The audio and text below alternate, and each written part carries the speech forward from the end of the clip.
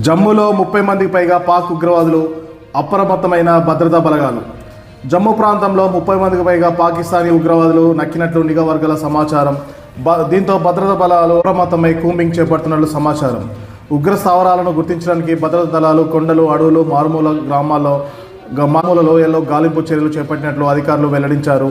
ఉగ్రవాదులను ట్రాక్ చేయడానికి డ్రోన్లు, థర్మల్ ఇమేజర్లు, గ్రౌండ్ సెన్సార్లను మోహరించినట్లు అధికారులు తెలిపారు. జమ్మూలో ఉష్ణోగ్రతలు తీవ్రంగా పడిపోవడంతో ఉగ్రవాదులపై నిరంతర నిఘా కోసం పర్వత ప్రాంతాల్లో తాత్కాలిక స్థావరాలను ఏర్పాటు చేసినట్లు తెలుస్తోంది. మరోవైపు జమ్మూ కాశ్మీర్లో మంచు కురుస్తుండడంతో చొరబాట్లకు ఇదే అదునుగా భావించి దాదాపు పాకిస్తాన్కు చెందిన 30 మంది ఉగ్రవాదులు లోయలో నక్కినట్టు నిఘా వర్గాల సమాచారం.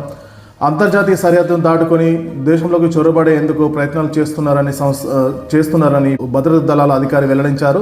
అయితే ఆ ప్రయత్నాలను తమ దళాలు తిప్పికొడుతున్నాయన్నారు.